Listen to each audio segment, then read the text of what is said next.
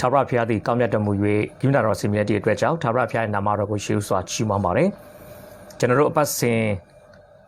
ဒီနေ့နေ့တိုင်းမှာပြုလုပ်နေကြဖြစ်တဲ့နဝေရမိတ္တာရဲ့တမန်ကျမ်းစာသင်ကြားခြင်းမှုရာကိုကျွန်တော်တို့ဒီကနေ့အစပြုဖို့ဖြစ်ပါတယ်ရှေးဥစွာဒီကနေ့အတူတကွလေ့လာမယ်နှုတ်ကပတ်တော်နဲ့ဆက်ဆိုင်တဲ့တမန်ကျမ်းစာတော်မြတ်ကိုကျွန်တော်ရှေးဥစွာဖတ်ကြားပေးချင်ပါတယ်ရှမာကုခရစ်ဝင်ကျမ်းခန်းကြီး၄အပိုက်ငယ်21မှ25တိုင်အောင်ဖတ်ပြခြင်းပါတယ်မာကု၄21မှ25ထိုမှတပါစီမီကိုစီမီခုံပေါ်မှာမတင်တောင်းစလားအောက်ကတင်အောက်၌ဖုံးအုပ်ခြင်းကယူခဲ့သလောစိတ်ကြရာ၌ရှိသမျှတို့သည်ထင်ရှားလိမ့်မည်ဝှက်ထားလဲရှိသမျှတို့သည်လည်းပွင့်လင်းလိမ့်မည်ကြားစရာနားရှိသောသူမည်သည်ကားကြားပါစေထိုမှတပါသင်တို့သည်အဘယ်သို့ကြားနာရသည်ကိုတတိပြုကြလော့အချင်းချင်းတင်းပမာဏနှင့်သင်တို့သည်သူတစ်ပါးအားပေး၏ထိုပမာဏအတိုင်းကိုယ်တိုင်ခံရကြမည်အချင်းသူသည်ရတတ်၏ထိုသူအားပေးအောင်မည်အချင်းသူသည်ဆင်းရဲ၏ထိုသူ၌ရှိသမျှကိုပင်နှုတ်လိမ့်မည်ထိုမှတပါစီမီကိုစီမီခုံပေါ်မှာမတင်တောင်းစလားအောက်ကတင်အောက်၌ဖုံးထားခြင်းကယူခဲ့တယ်လို့ဖတ်သွားတဲ့နှုတ်ကပတ်တော်ဟာခေဆက်ဆက်ဖျားရှင်ကောင်းကြီးပေးလာတဲ့သူရဲ့နှုတ်တော်တဲ့တရားစကားများဖြစ်တဲ့အတွက်ကြောင့်ကြားနာတဲ့နှုတ်ကပတ်တော်အဖြစ်အတ္တသီးပေါ်မှာဘုရားသခင်အသက်ခံပြန်လဲကောင်းကြီးပေးပါစေနှုတ်ကပတ်တော်တဲ့ခဏစတောင်းအနှံမှုဖြစ်ပါတယ်ယေရှုရှင်ဖာကိုရော့ကိုယေရှုတင်တယ်ယေရှုတော်ပေါင်းကိုချီးမွမ်းပါတယ်တရားပြီးတည်းရဲ့တစ်ချိန်ပြီးတစ်ချိန်နှုတ်ကပတ်တော်တာတန်တုလုပ်ငန်းထဲမှာသားတော်ကိုကောင်းကြီးပေးပြီးပို့ဆောင်မဆလာတဲ့အတွက်ကြောင့်ဂုဏ်ကျေးဇူးတော်ပေါင်းကိုချီးမွမ်းပါတယ်ဒီညမှာလည်းသားတို့သည်နှုတ်ကပတ်တော်အတူတူကလေ့လာဖို့ဖြစ်ပါတယ်ဘုရားသခင်နှုတ်ကပတ်တော်အဖြစ်စကားပြောပါသွန်သင်ပါတိဆောက်ဆန်တဲ့ကောင်းကြီးမင်္ဂလာဖြစ်စေပါနောက်ဆက်တဲ့ရာမှန်သမျှကိုယေရှုဘုရား၏မြတ်သောနာမ၌စီတလည်းဖေရှားဖြစ်ပါတယ်အချိန်တိုင်းကိုလက်တော်၌ဆက်ကပ်တဲ့အခါမှာဘုရားသခင်ပြုတဲ့ယေရှုကြီးမကြောင့်ဝန်ခံလက်ရှင်ယေရှုဘုရား၏မြတ်သောနာမ၌ချီးမွမ်းလက်အချိန်တိုင်းကိုလက်တော်၌ဆက်ကပ်အနှံပါတယ်အဖထာဝရမြတ်သောဘုရားရှင်အာမင်ကျွန်တော်ဒီနေ့ရှမာကုခရစ်ဝင်ကျမ်းအခန်းကြီး၄အပိုက်ငယ်21ကနေ25အတွင်းကိုအခြေပြုပြီးတော့မှအစေခံကျွန်နှင့်စီမီဥပမာဆိုတဲ့ခေါင်းစဉ်လေးနဲ့နှုတ်ကပတ်တော်ကိုကျွန်တော်ဝေငှဖို့ရန်ကျွန်တော်ပြင်ဆင်ထားတာဖြစ်ပါတယ်ပြီးခဲ့တဲ့ဂျာတာပရိနေ့တုန်းကကျွန်တော်တို့ဘာအကြောင်းဆွေးနွေးလေ့လာခဲ့လဲဆိုရင်အရှင်ရှုတပည့်တော်တွေကိုလူထုပိဋကတ်ကိုဝေငှခဲ့တဲ့မျိုးစေ့ကျဲခြင်းဥပမာကိုကျွန်တော်တို့လေ့လာခဲ့ပြီးဖြစ်ပါတယ်ဒီကျွန်တော်တို့ဆက်လက်ပြီးဆွေးနွေးမဲ့ဒီစီမီဆိုတဲ့ဥပမာတည်လေမျိုးစေ့ကျဲခြင်းဥပမာနဲ့ဆက်ဆက်နေတဲ့အမှုရာတစ်ခုဖြစ်ပါတယ်ဆိုလိုချင်တာခရစ်တော်သည်တပည့်တော်များကိုပမာတရားနဲ့ပတ်သက်ပြီးတော့မှအတိုင်းတာပမာဏတစ်ခုထိသွန်သင်ခဲ့ပြီးဖြစ်ပါတယ်ဆိုတော့ဒီနေရာမှာအရှင်ရှုကတပည့်တော်တွေကိုဘာပြောလဲဆိုရင်မာကု၄အပိုက်ငယ်21မှာစီမီကိုစီမီခုံပေါ်မှာမတင်တောင်းစလားအောက်ကတင်အောက်၌ဖုံးထားခြင်းကယူခဲ့သလောဆိုပြီးတော့မှဒီအရှင်ရှုမာကု၄မှာဆက်လက်ပြီးတော့မှဝေငှတဲ့ဥပမာစကားမှာအရှင်ရှုကစီမီနဲ့ပတ်သက်တဲ့ဥပမာကိုစပြီးတော့မှအရှင်ရှုဖော်ပြထားတာမိတ်ဆွေတွေ့ရမှာဖြစ်ပါတယ်ဒီမှာကျွန်တော်စဉ်းစားစရာရှိတယ်ဒီနေရာမှာအရှင်ရှုပြောနေတဲ့စီမီဆိုတာဘာကိုပြောတာလဲဒီနေရာမှာအရှင်ရှုပြောနေတဲ့စီမီဆိုတာတပည့်တော်တွေအတွက်ဆိုရင်မာကု4:21အရာဘာကိုပြောတာလဲ21ရာစုမှာကျမ်းစာဖတ်နေတဲ့အခုကျမ်းစာသင်တန်းကိုအွန်လိုင်းကနေတက်နေတဲ့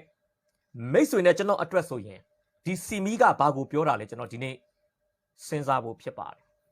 ဆိုတော့ဒီစီမီနဲ့ပတ်သက်ပြီးတော့မှကျွန်တော်အဓိပ္ပာယ်ဖွင့်မယ်ဆိုရင်စီမီသည်ခရစ်တော်ရဲ့တပည့်တော်12ဖော်အတွက်ဆိုရင်တော့ဘာကိုယဉ်ညွှန်းလဲဆိုရင်အရှင်ယေရှု၎င်းတို့အားသွန်သင်ခဲ့ပြီးသောတမန်တရားများကိုဆိုလိုတာပဲဖြစ်ပါတယ်ထပ်ပြီးပြောပြပါရစေစီမီဆိုဒီမှာတပည့်တော်12ဖော်အားအရှင်ယေရှုသွန်သင်ဖော်ပြခဲ့တဲ့တမန်တရားများကိုရည်ညွှန်းတယ်ဆိုတာကိုကျွန်တော်ဖော်ပြပေးချင်တာဖြစ်ပါတယ်စီမီသည် တပည့်တော်12ပေါ်ကိုအရှင်ရှုသင်ကြားပေးခဲ့ပြီးသားဒီမာကုအခန်းကြီး4ပိုင်းငယ်21မတိုင်ခင်ပေါ့ရှင်မာကုခရစ်ဝင်ကျမ်းအခန်းကြီး1ကနေအခန်းကြီး4အပိုင်းငယ်20အတွင်းမှာချစ်တပည့်တော်12ပေါ်နဲ့တကွအခြားသောတပည့်တော်တွေကိုအရှင်ရှုသွန်သင်ခဲ့ပြီးသောတမန်တရားများကိုရည်ညွှန်းတာဖြစ်ပါတယ်ဒါတို့အတွက်ကျွန်တော်တို့အတွက်ကတော့119ခုမြောက်သောစာလံပိုက်ငယ်105ကျွန်တော်တို့အတွက်စီမီဟာဘာကိုဆိုလိုလဲဆိုတာကိုကျွန်တော်ဖော်ပြပေးခြင်းပါတယ်105ခုမြောက်119ခုမြောက်သောစာလံအပိုက်ငယ်105တစ်ချက်လောက်ဖတ်ပေးပါစာလံ119အပိုက်ငယ်105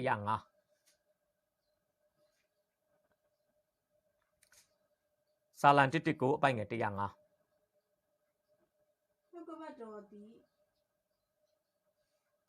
နှုတ်ကပတ်တော်သည်အကျွန်ုပ်ခြေရှိမှာမိခွက်ဖြစ်၍အကျွန်ုပ်လမ်းခရီးကိုလင်းစေပါ၏ယေရှုတင်ပါတယ်တပည့်တော်များအတွက်တော့စီမီသည်အရှင်ယေရှုသူတို့ကိုသွန်သင်ပြသခဲ့ပြီးသားဖြစ်တဲ့တမန်တရားများကိုဆိုလိုပြီးတော့မိတ်ဆွေနဲ့ကျွန်တော်အတွက်ကတော့စီမီသည်စာလံ119ပိုက်ငယ်105မှာစာလံဆရာဖော်ပြတဲ့အတိုင်းနှုတ်ကပတ်တော်ဖြစ်ပါတယ်ဘုရားရှင်နာမသားကြီးပုံကြည်ပါစေကျွန်တော်နေ့စဉ်ဖတ်နေတဲ့ကျမ်းစာကျွန်တော်နေ့စဉ်ကျမ်းလာခွင့်ရထားတဲ့ကျမ်းစာကျွန်တော်တို့ကတန်ရှင်သောဝိညာဉ်တော်အားဖြင့်ဘုရားသခင်အလင်းပေးသွန်သင်နေတဲ့တမန်ကျမ်းစာဟာတနည်းအားဖြင့်ပြောမယ်ဆိုရင်ကျွန်တော်တို့အတွက်ဆိုရင်စီမီဖြစ်ပါတယ်စီမီခွက်နဲ့တူတယ်ဒီနေ့ဘုရားသခင်သည်နှုတ်ကပတ်တော်ဆိုတဲ့ဟာလာမိခွက်အားဖြင့်မိတ်ဆွေနဲ့ကျွန်တော်အသက်တာကိုဘာလုပ်နေလဲဆိုရင်လမ်းပြဟာလာမဆပို့ဆောင်နေတာဖြစ်တယ်လမ်းပြပဲ့ပြင်နေတယ်လမ်းပြဥဆောင်နေတယ်လမ်းပြသွန်သင်နေတယ်ကျွန်တော်တို့ကိုအလင်းပေးနေတယ်ကျွန်တော်တို့ကိုပဲ့ပြင်နေတယ်ဆိုတာကျွန်တော်ဒီနေ့ဖော်ပြပေးခြင်းပါလေဒါကြောင့်ဒါလေးကိုကျွန်တော်နှိကုံးချုပ်မယ်ဆိုရင်စီမီတီတပည့်တော်များအတွက်ခရစ်တော်သွန်သင်ခဲ့ပြီးသောတမန်တရားများကိုရည်ညွှန်းပြီးမိတ်ဆွေနဲ့ကျွန်တော်အတွက်ကတော့ကျွန်တော်နေ့စဉ်ဖတ်ရှုနေသောနေ့စဉ်ခံယူနေသောနေ့စဉ်ကြားနာနေသောနှုတ်ကပတ်တော်ကိုဆိုလိုတယ်ဆိုတာကျွန်တော်ဒီနေ့ဖော်ပြပေးခြင်းပါတယ်ဒါကြောင့်ဒီမှာယေရှုခရစ်တော်ဘုရားကပြောလဲဒါသူကအဲ့ဒီခါမှာရှိတဲ့ဂျူးလူမျိုးတွေရဲ့အိမ်တိုင်းမှာသူတို့ကဘယ်လိုရှိလဲဆိုရင်ဂျူးလူမျိုးတွေရဲ့အိမ်ဟာပဒင်းပေါက်အမတန်မှနဲတယ်အဲ့ကြောင့်သူတို့အိမ်သည်နေကင်းကြောင်တောင်ဖြစ်ရင်တောင်မှအိမ်ထဲမှာအလင်းရောင်ဝင်ရောက်မှုအမတန်မှနဲတာဖြစ်ပါတယ်အိမ်ထဲမှာအလင်းရောင်ဝင်ရောက်မှုအမတန်မှနဲတယ်ဆိုတော့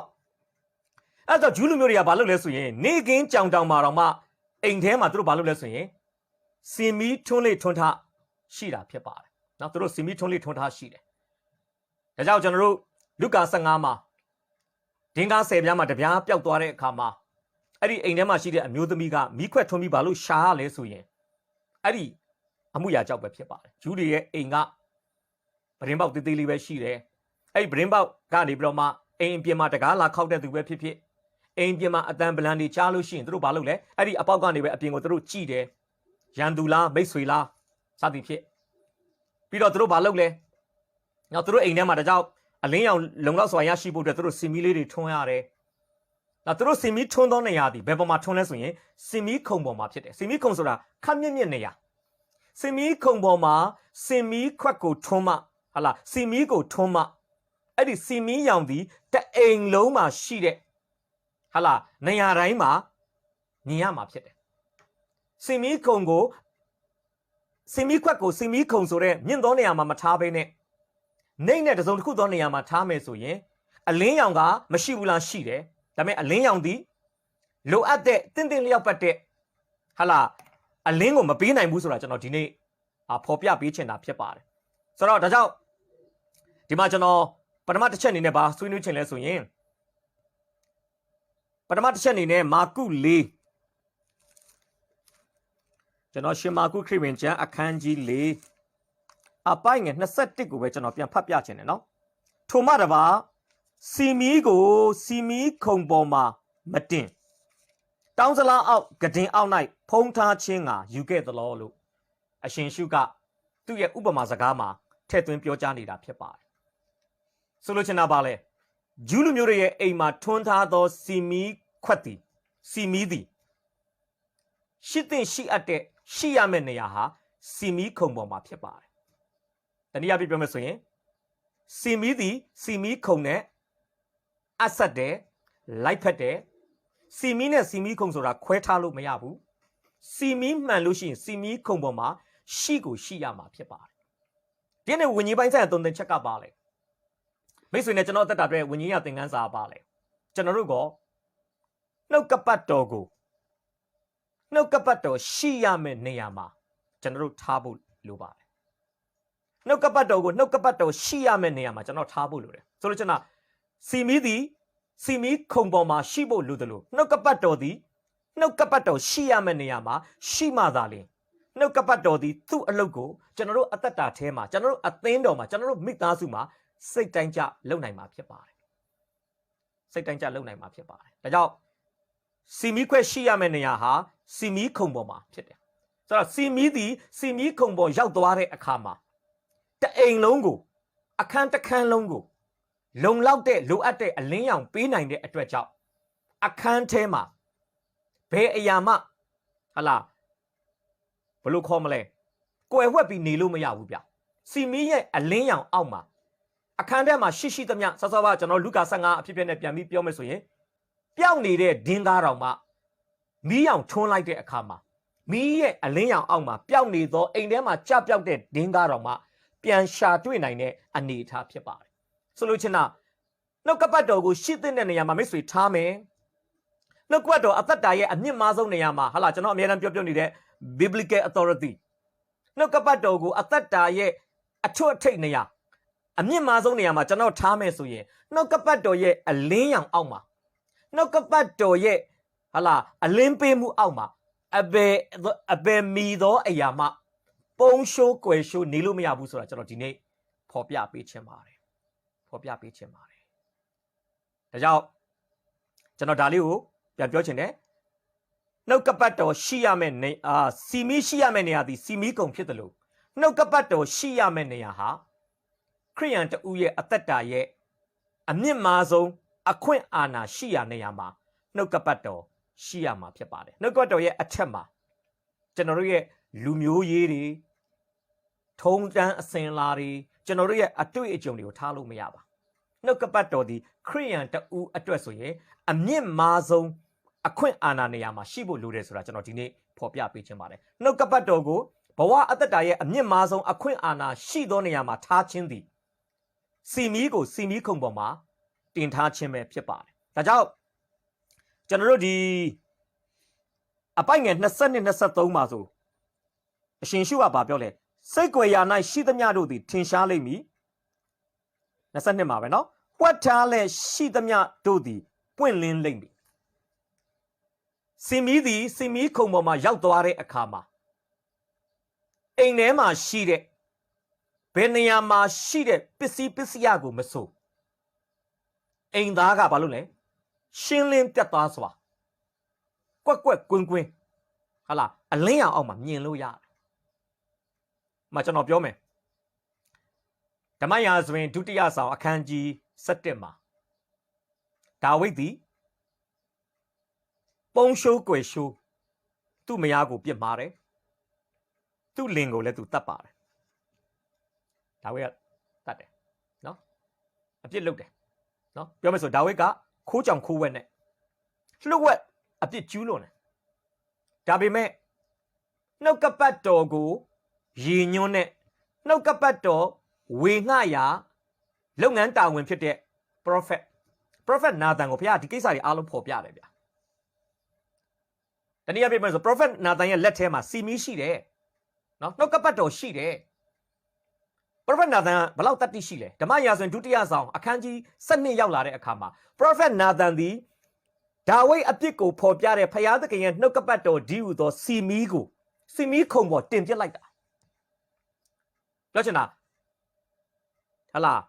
prophet နာသန်ဥပမာလေးနဲ့ပြောတာကိုမြို့တစ်မြို့မှာတထေးရှိတယ်နော်တထေးမှာတရိษံတွေအများကြီးရှိတယ်ချမ်းသာတယ်တထေးရဲ့အိမ်နီးနားချင်းဖြစ်တဲ့စင်ရဲသားမှာတော့သိုးမလေးတစ်ကောင်ပဲရှိတယ်သိုးမလေးကိုသမီးကဲ့သို့ဟလာချစ်တယ်မွေးမြူထားတယ်ဂျူးလူမျိုးတွေကကျွန်တော်တို့မြန်မာပြည်မှာဆိုဒီခွေးတွေကြောင်တွေကို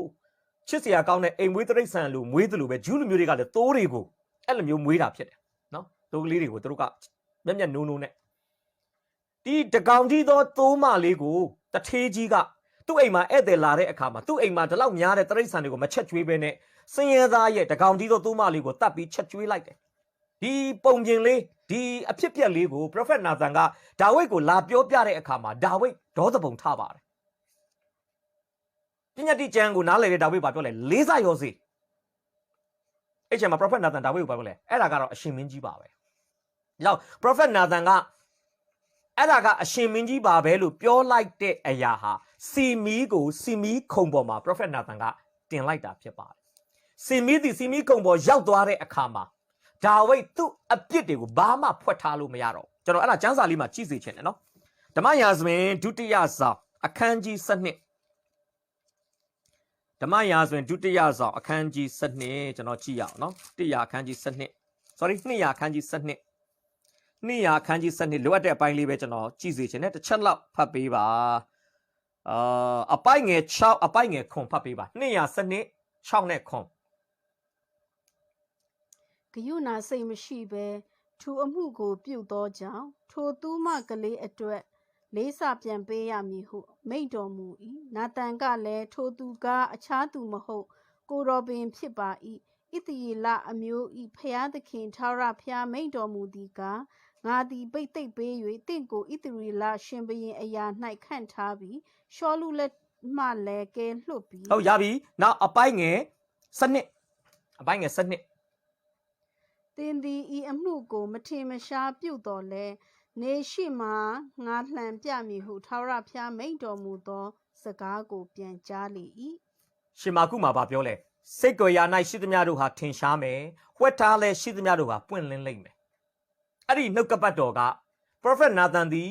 ဒါဝိဒ်ရဲ့အပြစ်ကိုဖော်ပြသောဖယားရဲ့နှုတ်ကပတ်တော်ဒီဟုသောစီမီခုံပေါ်မှာတင်လိုက်တဲ့အခါမှာအရှိကိုအရှိတိုင်းအမှားအမှားတိုင်းအပြစ်ကိုအပြစ်တိုင်းဖော်ပြလိုက်တဲ့အခါမှာဘာဖြစ်သွားလဲဒါဝိဒ်ကြီးသည်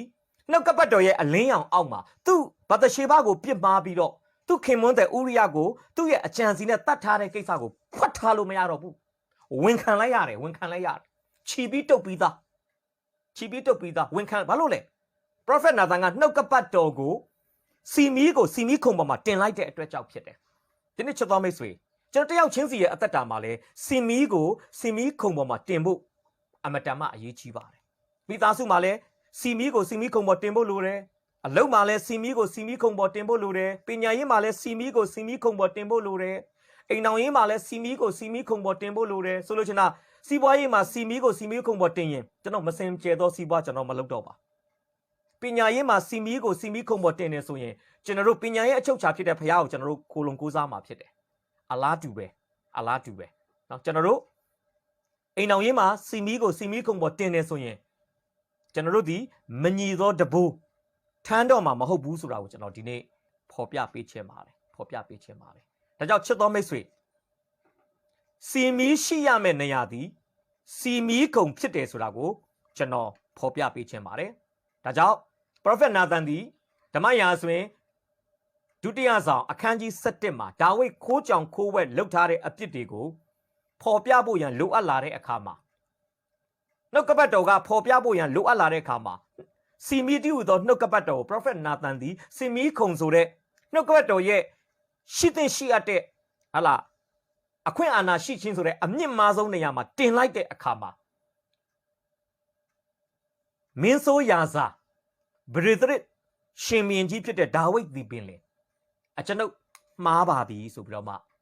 ဝန်ခံဖို့အတွက်ဖြစ်လာတဲ့ဆိုတော့ကျွန်တော်ဒီနေ့ဖော်ပြပေးခြင်းပါတယ်။ဒါကျွန်တော်လည်းကိုစီနှုတ်ကပတ်တော်ဒီဟုသောမိခွက်နှုတ်ကပတ်တော်ဒီဟုသောစီမီများကိုကျွန်တော်တို့စီမီကုံဒီဟုသောအခွင့်အာဏာအမြင့်မားဆုံးသောနေရာမှာတင်ဖို့ရန်ကျွန်တော်ရောက်တိုင်းကိုနှုတ်ကပတ်တော်အားဖြင့်ကျွန်တော်တိုက်တွန်းခြင်းပါတယ်။ဒါကြောင့်ကျွန်တော်ရဲ့ပထမခေါင်းစဉ်ကိုကျွန်တော်ဖော်ပြမယ်ဆိုရင်တော့မာကု4:21ကနေ23အရကျွန်တော်ရဲ့နံပါတ်1ခေါင်းစဉ်အစေခံကျွန်နှင့်စီမီဥပမာရဲ့အောက်မှာကျွန်တော်ရဲ့ပထမဆုံးခေါင်းစဉ်ကတော့နှုတ်ကပတ်တော်ကိုရှိရမည့်နေရာတွင်ထားပါစီမီသည်စီမီခုံပေါ်မှာရှိဖို့လိုတယ်လို့နှုတ်ကပတ်တော်သည်အခွင့်အာဏာအမြင့်မားဆုံးနေရာမှာမရှိမဖြစ်ရှိရမယ်ဆိုတာကျွန်တော်ဒီနေ့ ဖော်ပြပေးခြင်းပါတယ်ဒါဆိုရင်ဒီမရှိရမယ့်နေရာစီမီကုံလို့ကျွန်တော်ဆွေးနွေးပြီးသွားတဲ့အခါမှာမရှိရမယ့်နေရာကိုကျွန်တော်ဆက်ပြီးတော့ဆွေးနွေးဖော်ပြခြင်းပါတယ်စီမီမရှိရမယ့်နေရာဘယ်နေရာလဲကျေးဇူးပြုပြီးတော့မှမာကု4:21ကိုကျွန်တော်ပြန်ဖတ်စေခြင်းပါတယ်မာကု4အပိုင်းငယ်21မာကု4:21ထိုမှတပါစီမီကိုစီမီခုံပေါ်မှာမတင်တောင်းစလားအောက်ကတင်အောက်၌ဖုံးထားခြင်းငှာယူခဲ့သလောကျေးဇူးတင်တယ်စီမီသည်စီမီခုံပေါ်မှာရှိရမယ်နှုတ်ကပတ်တော်သည်နှုတ်ကပတ်တော်ရှိသင့်ရှိအပ်ရမယ့်နေရာမှာရှိကိုရှိရမယ်နှုတ်ကပတ်တော်သည်နှုတ်ကပတ်တော်ရှိရမယ့်နေရာမှာရှိတိုင်းမှာကျမ်းစာအရာဆိုရင်ကျွန်တော်တွေ့ရတယ်စိတ်ကြွယ်ရာ၌ရှိသမျှဟာထင်ရှားမယ်ဝှက်ထားလဲရှိသမျှဟာပွင့်လင်းလိမ့်မယ်တကယ်တော့စီမီရဲ့တာဝန်ကဘာလဲအလင်းပေးဖို့သူ့တာဝန်ကအလင်းပေးဖို့နှုတ်ကပတ်တော်ရဲ့တာဝန်ကကျွန်တော်တို့ကိုအလင်းပေးဖို့လမ်းပြောင်းနေရင်ကျွန်တော်တို့ကိုလမ်းပြဖို့လမ်းမနေရင်ကျွန်တော်တို့ကိုလမ်းမှန်ပြန်ပို့ရမယ်တာဝန်ဟာနှုတ်ကပတ်တော်ရဲ့တာဝန်ဖြစ်ပါတယ်နှုတ်ကပတ်တော်ဒီထိုတာဝန်ကိုဘယ်အချိန်မှာအပြည့်အဝထမ်းဆောင်နိုင်လဲဆိုရင်နှုတ်ကပတ်တော်ကိုသူရှိရမယ်အခွင့်အာဏာအမြင့်မားဆုံးနေရာမှာကျွန်တော်တို့ကရိုသေလေးမြတ်ပြီးနေရာပေးတဲ့အခါမှာနှုတ်ကပတ်တော်ကသူ့အလုပ်ကိုသူပြည်ပြင်းစွာကျွန်တော်အသက်တာထဲမှာလှုပ်ဆောင်မယ်ဆိုတာကြောင့်ဒီနေ့ဖော်ပြပေးခြင်းပါတယ်စီမီရှိရမယ့်နေရာဟာစီမီခုံဖြစ်ပါတယ်ဒါဆိုရင်စီမီမရှိရမယ့်နေရာဘယ်နေရာလဲနေရာနှစ်ခုကိုကျွန်တော်ဆွေးနွေးဖော်ပြခြင်းပါတယ်ပထမတစ်ခုကတော့စီမီမရှိရမယ့်နေရာဟာတောင်းစလားအောက်မှာဖြစ်ပါတယ်ဒုတိယတစ်ချိန်ပြန်ပြီးတော့ပြောချင်ပါတယ်စီမီမရှိရမယ့်နေရာသည်တောင်းစလားအောက်ဖြစ်ပါတယ်တောင်းစလားအောက်တောင်းစလားဆိုတာဘာလို့ဆိုလို့လဲအလုတ်ရှုပ်သောကြောင့်နှုတ်ကပတ်တော်အတွက်အချိန်မပေးနိုင်ခြင်းအလုတ်ရှုပ်သောကြောင့်နှုတ်ကပတ်တော်အတွက်အချိန်မပေးနိုင်သူကျမ်းစာထဲမှာဆိုတာရကပြမယ်ဆိုရင်တော့ရှင်လုကာခရစ်ဝင်ကျမ်းအခန်းကြီး10မှာအရင်ဘက်ကလည်းကျွန်တော်မြေလေးမျိုးအကြောင်းဖော်ပြတဲ့အခါမှာကျွန်တော်ဖော်ပြခဲ့ပြီးသားဖြစ်ပါတယ်ဘာတူလဲဆိုရင်မာရိရဲ့အမဖြစ်တဲ့မာသဖြစ်ပါတယ်နော်ရှင်လုကာခရစ်ဝင်ကျမ်းအခန်းကြီး10ရှင်လုကာခရစ်ဝင်ကျမ်းအခန်းကြီး10ကျွန်တော်ဗမာကြည့်မလဲဆိုရင်အပိုက်ငယ်41ဖတ်ပေးပါလုကာ10:41အဲ့ဆိုလုံလောက်ပြီကျွန်တော်လုံလောက်သွားပြီမာသယေရှုကမာသသင်သည်များစွာသောအမှုတို့၌စိုးရိမ်၍နှောက်ယှက်ခြင်းကိုခံရ၏လိုသောအရာတစ်ခုတည်းရှိ၏ယေရှုတင်တယ်ဘေသနိရွာမှာရှိတဲ့မာရိမာသလာဇရုတို့အိမ်ကိုယေရှုဖျားနဲ့တပည့်တော်များရောက်လာပါတယ်ကျွန်တော်အရင်သင်ခန်းစာထဲမှာလည်းကျွန်တော်ပြောပါတယ်တမန်ကျမ်းစာထဲမှာမာရိကိုမတွေ့လိုက်နဲ့မာရိပုံမှန်နေရာယူထားတဲ့နေရာဟာခရစ်တော်ရဲ့ခြေတော်ရင်းဖြစ်တယ်မာရိကိုကျမ်းစာထဲမှာတွေ့တိုင်းမာရိဟာအရှင်ယေရှုရဲ့ခြေတော်ရင်းမှာရှိနေတယ်ဆိုတော့တနည်းအားဖြင့်ပြောဆိုရင်မာရိသည်စီမီကိုစီမီခုံပေါ်မှာထားတဲ့အမျိုးသမီးတစ်ယောက်ဖြစ်တယ်ဘာလို့လဲမာရိဟာခရစ်တော်ကိုသူ့နှလုံးသားယာစပလင်မှာဦးစားပေးတယ်ခရစ်တော်အိမ်ရောက်လာရင်တခြားကိစ္စသူအရင်မလုပ်ဘူးသူအရင်လုပ်တဲ့ကိစ္စကပါလေအရှင်ယေရှုသူ့ကိုသင်ပေးမဲ့ဝေငှပေးမဲ့တမန်တရားကိုငြိမ်ရရှက်ရခရစ်တော်ရဲ့ခြေတော်ရင်းမှာထိုင်ပြီးတော့မှနှုတ်ကပတ်တော်ခံယူတာဖြစ်တယ်တနည်းအားဖြင့်ကျွန်တော်ပြောချင်တာမာရိသည်စီမီကိုစီမီခုံပေါ်မှာတင်တယ်အဲကြောင့်မာရိရဲ့အသက်တာဘာဖြစ်နေလဲငြိမ်ဝှက်နေတယ်ငြိမ်ဝှက်နေတယ်ပူပန်စရာမရှိဘူးစိုးရင်စရာမရှိဘူးမနာလိုစရာမရှိဘူးညူဆူစရာမရှိဘူးသူများကိုအပြစ်တင်စရာမရှိဘူးနော်သူ့အသက်တာအရန်ကိုငြိမ်သက်နေတယ်ဘာလို့လဲနှုတ်ကပတ်တော်ကသူ့ကိုလွှမ်းမိုးတာ哦စီမီကုံပေါ်မှာစီမီဒီဟူသောနှုတ်ကပတ်တော်ကိုမာရိကတင်ထားတဲ့အတွက်ကြောင့်ဒီနှုတ်ကပတ်တော်ရဲ့အယောင်အောက်မှာမာရိကတင့်တယ်လှပစွာအသက်ရှင်နိုင်တယ်မာသကတော့နှုတ်ကပတ်တော်ကိုတောင်းစလားအောက်မှာထည့်ထားတယ်စီမီကိုပြောချင်တာပါလေခရစ်တော်ရဲ့ခြေရင်းမှာထိုင်ပြီးကျမ်းစာမသင်ဘူးဗျခရစ်တော်ရဲ့ခြေရင်းမှာထိုင်ပြီးနှုတ်ကပတ်တော်မခံယူဘူးဘာလို့လဲမိဖို့ကြောင့်မှာခရစ်တော်စားဖို့တောက်ဖို့ဆိုတဲ့ဟာလာရေပဲချက်နဲ့ထမင်းနေဟင်းတွေကိုအကြီးကျယ်မိဖို့ကြောင့်တဲမှာကျွန်တော်အညော်နဲ့နေမိကိုတွေမှုန်ပြီးတော့မှချွေးတလုံးလုံးနဲ့ပူလောင်နဲ့ချက်ပြုတ်ပြီးတော့မှပါဇက်ကလည်းမြေတွန်တောက်တီးပြီးတော့မှဒေါသတွေထွက် မင်္ဂလာမဖြစ်ဘူးဘာလို့လဲသူသည်နှုတ်ကပတ်တော်သည်ဒုတိယဦးစားပေးနေရာမှာရှိပြီးချက်ပြုတ်ကျွေးမွေးတဲ့အစီခံတဲ့ကိစ္စကိုသူကပထမဦးစားပေးနေရာမှာထားတာဖြစ်ပါတယ်တနည်းအားဖြင့်ပြောမယ်ဆိုရင်မာသသည်ကိုးကွယ်ခြင်းကိုကြောနောက်မှာပစ်ထားပြီးဝတ်ပြုခြင်းဆိုတဲ့အစီခံခြင်းကိုအရှိမထားတာဖြစ်ပါတယ်တနည်းအားဖြင့်ပြောမယ်ဆိုရင်ကိုးကွယ်ခြင်းမပါတဲ့အစီခံခြင်းကိုသူပြုတဲ့အခါမှာကိုးကွယ်မှုမပါတဲ့အစီခံခြင်းထဲကနေညှော်နှံ့နေချွေးနှံ့နေမြစ်တွန်တောက်တီးတန်နေညီတန်းတဲ့အတန်တွေထွက်လာတာဖြစ်ပါတယ်ဒီနေ့ချက်တော်မိတ်ဆွေစီမီသည်စီမီခုံပေါ်မှာမရှိရင်ကို့အမားလဲကိုမမြင်တော့ဘူးဗျကို့အားနဲ့ချက်လဲကိုမသိတော့ကိုကအမောင်ထဲမှာရှိနေတဲ့အတွက်ကြောင့်အလင်းထဲမှာရှိတဲ့သူကိုပင်ကိုကမကြည်မနှက်ဖြစ်တာတွေခံစားလာတယ်ဒါတော့မာသကအမောင်ထဲမှာရောက်နေတယ်ဘာလို့လဲစင်မီ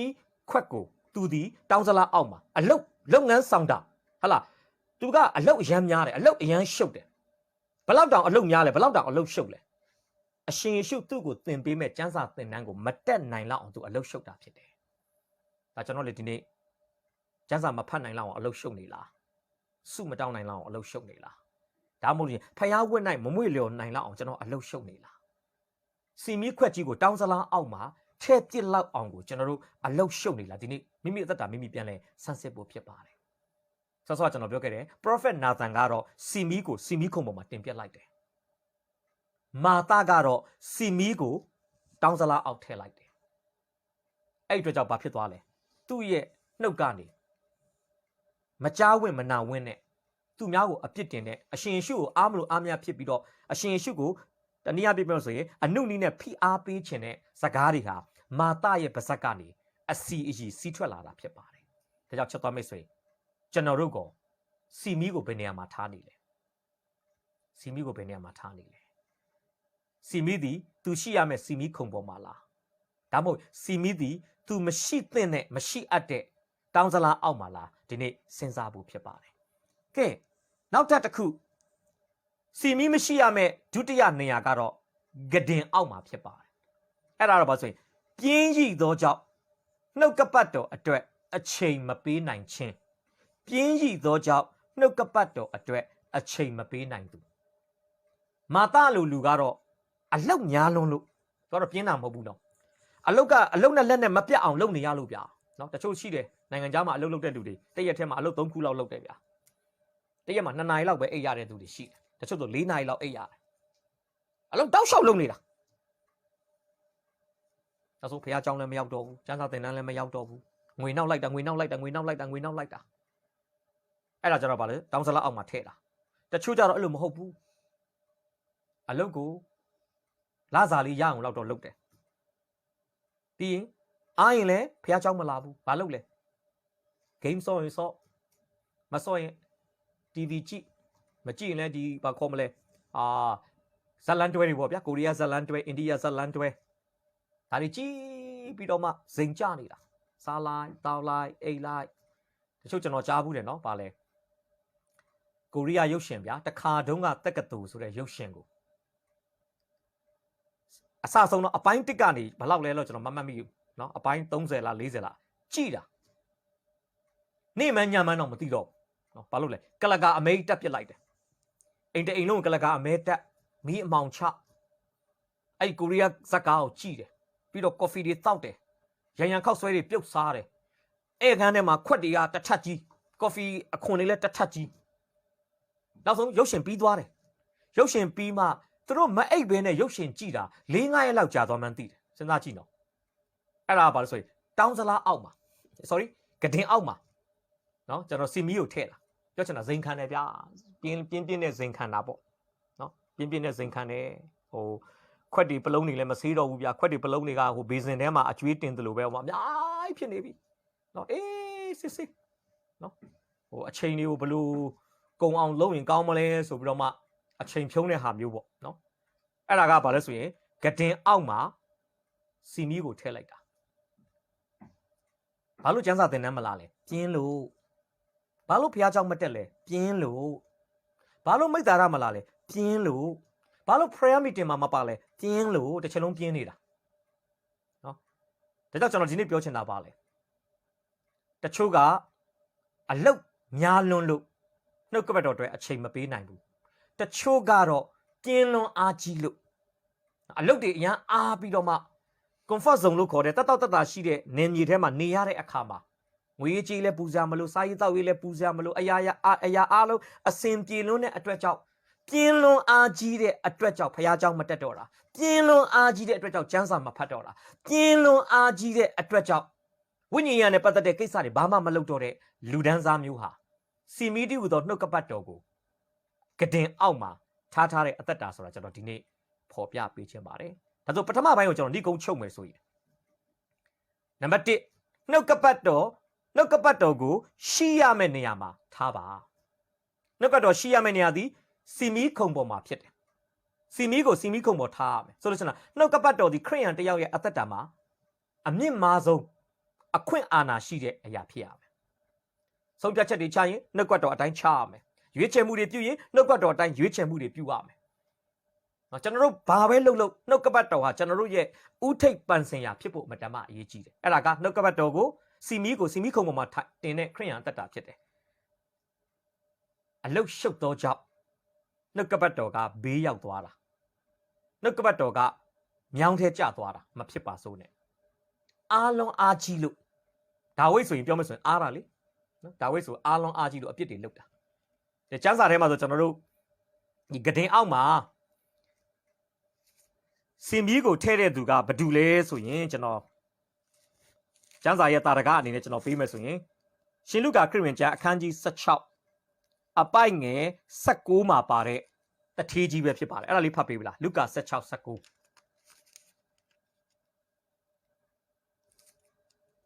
တဖန်တုံတထေးတယောက်သည်နေမောင်းသောကပလာနှင့်ပိတ်ချောကိုဝစ်စင်၍ကာမဂုဏ်စည်းစိမ်၌နေ့တိုင်းပျော်မွေ့လျက်နေ၏ယေရှုတင်တယ်ဒါကျွန်တော်ခရစ်ယာန်တွေအားလုံးသိတဲ့အဖြစ်တစ်ခုဖြစ်ပါတယ်တထေးကြီးနဲ့လာဇရုနဲ့တထေးကြီးကကျမ်းစာမှာဗာပြောလဲနီမောင်းသောကပလာနဲ့ပိတ်ချောကိုဝစ်တယ်ဝစ်ကောင်းစားလာတွေဝစ်တယ်နောက်ပြီးတော့ဗာလို့လဲဟာလားတထေးစပွဲ၌ကြားတဲ့စနုပ်စပေါက်ကိုလာဇရုကခွေးတွေနဲ့အတူတူတောင်းတတဲ့စိတ်ရှိတာကိုပြောချင်းရပြီးတထေးဟာစားကောင်းတောက်ကောင်းတွေစားနေတယ်ပြီးရင်တထေးဟာအင်ကြီးရခိုင်လို့ခေါ်တဲ့အင်ကြီးအိမ်ကောင်းမှနေတယ်တထေးသည်လူသားတိုင်းလိုအပ်တဲ့အခြေခံလိုအပ်ချက်ဖြစ်တဲ့စားဝတ်နေရေးအားလုံးအဆင်ပြေတယ်ဝတ်ကောင်းစားလာဝတ်တယ်ကောင်းကောင်းဝါတီးဆွဲတယ်အိမ်ကောင်းကောင်းမှနေတယ်တထေးရဲ့ပြဿနာပါလေမောရှေမှစာပြီး prophet တို့ရဲ့ကျမ်းစာကရေးထားတဲ့မေရှိယကယ်တင်ရှင်ရဲ့သတင်းစကားကိုတထေးကနားမထောင်ခဲ့တာသူ့ရဲ့ပြဿနာဖြစ်ပါတယ်တထေးကပါလေဇိမ်ခံနေတာခုနတော့ဂဒင်လို့ပြောတဲ့အခါမှာဟာလာပြင်းကြီးတာကိုလည်းပြောချင်တယ်လို့ဂဒင်လို့ပြောတဲ့အခါမှာစီးစိမ်ခံတာစီးစိမ်ရစ်တာတထေးကနှုတ်ကပတ်တော်စီမီကိုဂဒင်အောက်မှာထည့်ပစ်လိုက်တာကျွန်တော်ထင်ပါတယ်သူ့အိမ်မှာဟာလာတရားဟောဆရာတွေရောက်လာပါလိမ့်မယ်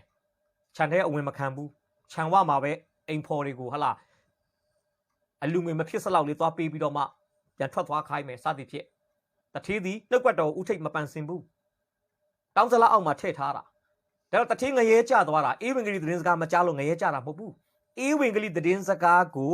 နားထောင်ဖို့သူဒီအချိန်မပေးဘဲနဲ့နော်နှုတ်ကပတ်တော်ကိုသူ့ရဲ့ကာမဂုဏ်ခံစားတဲ့ကိစ္စတွေလောက်သူဒီတန်ဖိုးမထားဦးစားမပေးခဲ့တဲ့အတွက်ကြောင့်ဒီအဖြစ်ဆိုးကြီးနဲ့သူတည်ဆုံးတဲ့အခါမှာငရဲကျတဲ့အဖြစ်ဆိုးကြီးနဲ့တထေးဟာရင်ဆိုင်ခဲ့ရတာဖြစ်တယ်ဒါကြောင့်ဒီနေ့ဒီတရားဟောချက်ကိုနားထောင်နေတဲ့ညီကောင်မောင်နှမတွေလည်းကျွန်တော်နှုတ်ကပတ်တော်နဲ့တတိပေးခြင်းပါတယ်မိတ်ဆွေနှုတ်ကပတ်တော်ဒီဟူသောစီမီကိုမီးခွက်ကိုတောင်းစလားအောက်မှာထားနေလားဂဒင်အောက်မှာထားနေလားဒီနေ့ကိုမေကွန်းထုတ်ဖို့ပြန်လည်ဆန်းစစ်ဖို့ကျွန်တော်တတိပေးခြင်းပါတယ်နှုတ်ကပတ်တော်ဒီဟူသောစီမီနှုတ်ကပတ်တော်ဒီဟူသောမီးခွက်ကိုသူရှိသင့်ရှိရတဲ့စီမီခုံဒီဟူသောနေရာမှာထားပါလို့ကျွန်တော်နှုတ်ကပတ်တော်ကိုမြစ်တာနဲ့တိုက်တွန်းဖော်ပြပေးခြင်းပါတယ်ဒါကြောင့်ပထမတစ်ချက်ကိုကျွန်တော်ညှိကုန်းချုပ်မယ်ဆိုရင်မာကု4:21ကနေ23အရကျွန်တော်တို့ကိုယေရှုခရစ်တော်ကဒီစီမီဥပမာကနေပေးခြင်းတဲ့ပထမသင်ခန်းစာပါလဲဆိုရင်နှုတ်ကပတ်တော်ကိုရှိရမည့်နေရာတွင်ထားပါဆိုတဲ့သင်ခန်းစာပဲဖြစ်ပါတယ်ကဲဒုတိယသင်ခန်းစာရှင်မာကုခရစ်ဝင်ကျမ်းခန်းကြီး အပိုက်ငယ်24ရဲ့ကာကြီးပိုင်းကိုတစ်ချက်လောက်ဖတ်ပေးပါနော်မာကု4 24ရဲ့ကာကြီးပိုင်းပဲ ထိုမှတပါတင်တို့သည်အဘယ်သို့ကြားနာရသည်ကိုတတိပြုကြလော့ ယေရှုတင်တယ်အရှင်ရှုကပြောပါတယ်နော်ဒီအလားတူကျမ်းစာကမာကု4 24ကာကြီးပိုင်းမှာလဲပါသလိုလုကာ8အပိုက်ငယ်18မှာလဲအဲ့စာသားကိုမိတ်ဆွေတွေ့ရမှာဖြစ်ပါတယ်ကျမ်းစာကပါလဲတင်တို့သည်အဘယ်သို့ကြားနာရသည်ကိုတတိပြုကြလော့ယောမ10စက္ကွန်မှာကျမ်းစာကပြောလဲယုံကြည်ခြင်းသည်ကြားနာခြင်းသည်ဖျားစကားဒါကြောင့်လူသားတစ်ယောက်ယုံကြည်မှုမှန်ကန်ဖို့ရန်အတွက်ကြားနာမှုမှန်ကန်ဖို့လိုတယ်ဆိုလိုချင်တာပါလဲကြားတာမှန်ရင်ယုံတာမှန်မယ်ကဲတင်ချင်းရောက်မယ်လွတ်မြောက်ခြင်းခံစားရမယ်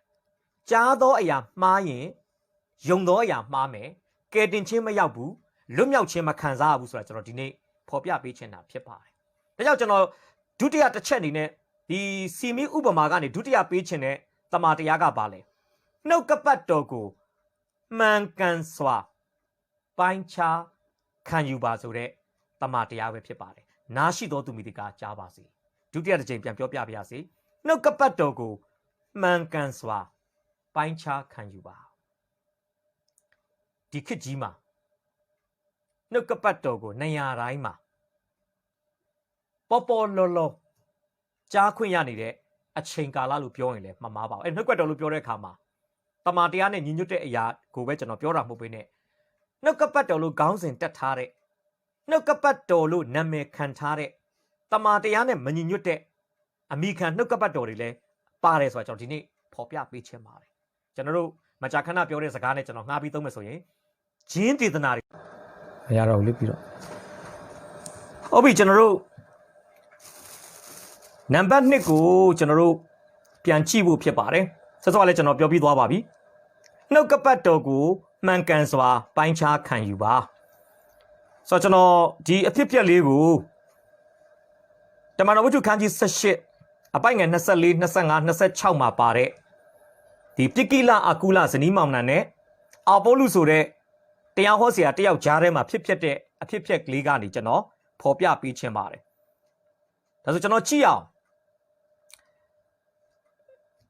တမန်တော်ဝတ္ထုအခန်းကြီး18အပိုက်ငယ်24ဖတ်ကြည့်ရအောင်နော်တမန်တော်ဝတ္ထုအခန်းကြီး18အပိုက်ငယ်24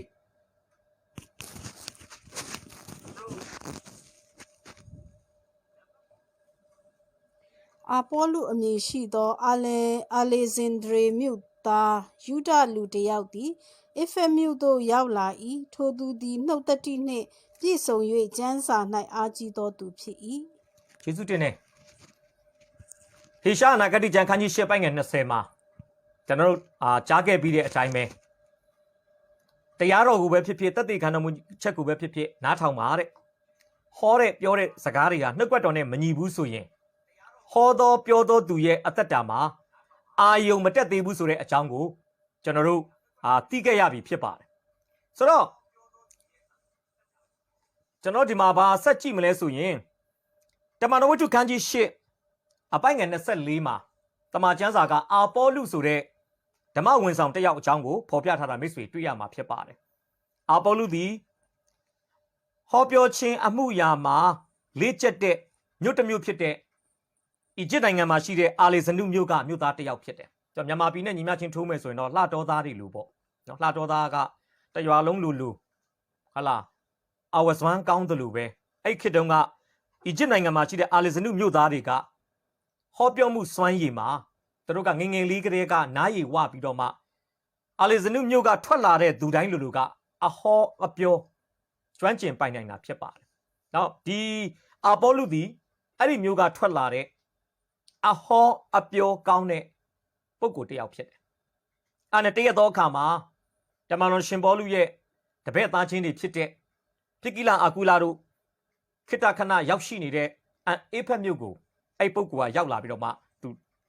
နှုတ်ကပတ်တော်ဝေငှတာဖြစ်ပါတယ်အဲ့နှုတ်ကပတ်တော်ဝေငှတဲ့အခါမှာတမန်ကျမ်းစာကဘယ်လိုဖော်ပြလဲအပိုက်ငယ်25ဖတ်ပေးပါတမန်တော်18အပိုက်ငယ်25သခင်ဖျားဤဘာသာ၌လေ့ကျက်၍စိတ်အားကြီးသဖြင့်သခင်ဖျားဤအကြောင်းများကိုစစ်ဟောပြော၍ဆုံးမဩဝါဒပေး၏သို့တော်လည်းယောဟန်ဤဗတ္တိဇံကိုသာသိ၏ဟုတ်ပြီ ကျမ်းစာကတော့သူနဲ့ပတ်သက်ပြီးပါပြောလဲထိုသူဟာနှုတ်သက်တိနဲ့ပြည့်စုံတယ်တဲ့ကျမ်းစာမှာစိတ်အားကြီးတယ်နော်သခင်ဖျားကြီးဘာသာ၌လေ့ကျက်တယ်စိတ်အားကြီးတယ်ပြောချင်တာကျမ်းစာကိုအလှဆိုနိုင်မယ်ဗျာသူကကျမ်းစာကိုတောက်ခနဲ့ဟာလားကျမ်းစာလည်းအရန်ဖတ်မယ်ကျမ်းစာလည်းအရန်ဟောချင်ပြောချင်တဲ့သူဘာသာတရားဘက်မှာစိတ်အားကြီးတယ်ပြဿနာကဘာလဲလဝါကတိုင်ရဲ့အရှိဘက်ကျမ်းမှာရှိတဲ့ယောဟန်ဟောခဲ့တဲ့ကောင်းကင်နိုင်ငံတည်လူနေပြီနောင်တရကြပါဆိုတဲ့